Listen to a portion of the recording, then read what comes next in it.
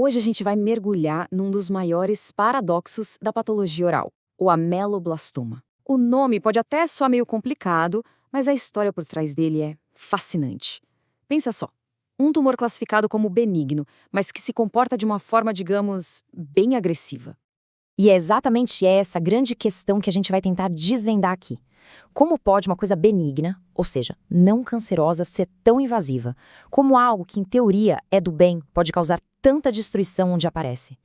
Essa contradição toda é o que faz do ameloblastoma um desafio e tanto na clínica. Então vamos direto à definição. O ameloblastoma ele surge daquelas células que formam o esmalte dos nossos dentes. É por isso que ele aparece ali na mandíbula e na maxila.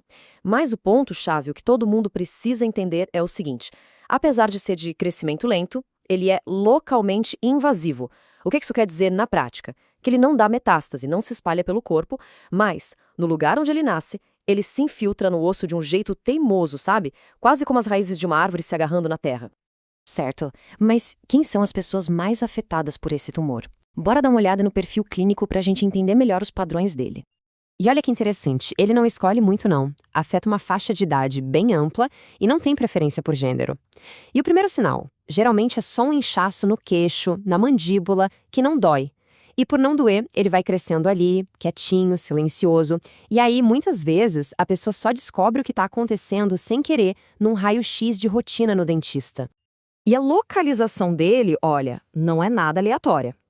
A grandíssima maioria dos casos, a gente está falando de 80% a 85%, acontece na mandíbula, esse osso do queixo.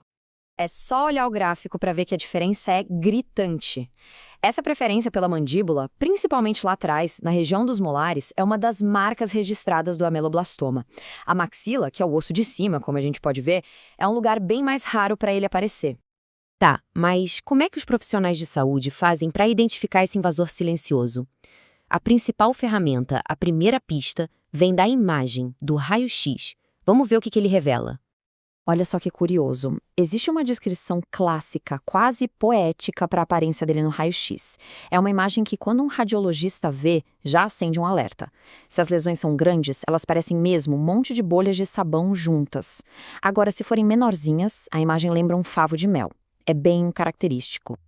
Então, o ponto principal é essa aparência de múltiplas bolhas, né? Mas não é só isso. O tumor também faz o osso expandir.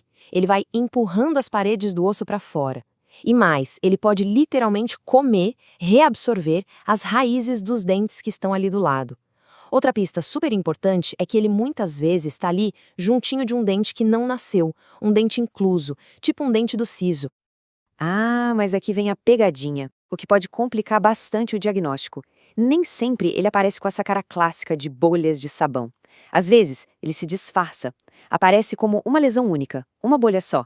E aí pode ser confundido muito facilmente com um cisto dentário comum, algo bem menos preocupante. Isso exige um olho clínico super atento. E tudo isso nos leva a um ponto que é fundamental. Não existe um ameloblastoma. Na verdade, a gente está falando de uma família, de subtipos com comportamentos e prognósticos bem diferentes uns dos outros. Vamos dar uma olhada nos 3 principais? Essa tabela aqui deixa tudo bem claro, lado a lado. Primeiro a gente tem o tipo convencional ou sólido. Esse é o mais comum de todos e o mais agressivo. Depois vem o unicístico. O nome já dá uma dica, né? Ele parece um cisto único. Costuma aparecer em gente mais jovem e, em geral, é menos agressivo. E por último tem o tipo periférico, que é super raro. Esse cresce fora do osso, lá na gengiva, e o comportamento dele é bem mais tranquilo. E por que é tão importante saber diferenciar esses tipos? Simples, porque o tratamento depende totalmente do diagnóstico. A estratégia cirúrgica pode mudar da água para o vinho, dependendo do tipo de ameloblastoma que foi identificado ali na biópsia. Basicamente, a gente tem 2 filosofias de tratamento. De um lado, a abordagem conservadora, que é como se fosse raspar o tumor para fora do osso. Do outro, tem a abordagem agressiva, que é remover um bloco inteiro de osso com o tumor e uma margem de segurança de osso sadio em volta, e a escolha entre uma e outra, nossa, é crítica. E aqui, preste atenção, porque esse talvez seja o ponto mais importante de todos. Se o tipo mais comum, ou convencional, for tratado só com uma raspagem, a chance do tumor voltar, a recidiva, é altíssima. Por quê? Lembra da analogia da raiz da árvore? É isso. O tumor se infiltra no osso e a raspagem simplesmente deixa essas raízes microscópicas para trás, prontas para crescer de novo. Então, resumindo a ópera, para o tipo convencional não tem conversa, precisa da cirurgia agressiva, a ressecção em bloco. Já o unicístico, dependendo do que o patologista vê no microscópio, às vezes até dá para ser mais conservador. E o periférico, aquele raro da gengiva, uma cirurgia local simples costuma resolver. No fim das contas, é a biópsia que manda no jogo. E para a gente fechar o quadro completo, falta falar de uma reviravolta, uma que é rara, mas bem perigosa. Porque, embora quase todos os ameloblastomas sejam benignos, existem sim versões malignas. Versões que podem se comportar como um câncer de verdade. E a diferença entre elas é sutil, mas é fundamental entender. Existe o ameloblastoma maligno, onde as células do tumor, quando a gente olha no microscópio, têm cara de benignas. Mas, por algum motivo, elas conseguem viajar pelo corpo e criar uma metástase, lá no pulmão, por exemplo. Já no carcinoma ameloblástico, a história é outra. As próprias células já têm uma aparência feia, atípica, uma cara de câncer mesmo, já ali no microscópio. Nem precisa dizer que quando o diagnóstico é uma dessas variantes malignas, a conversa muda de tom, né?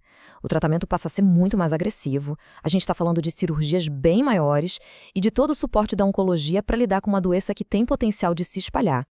E a gente termina com essa reflexão. O ameloblastoma é um professor e tanto.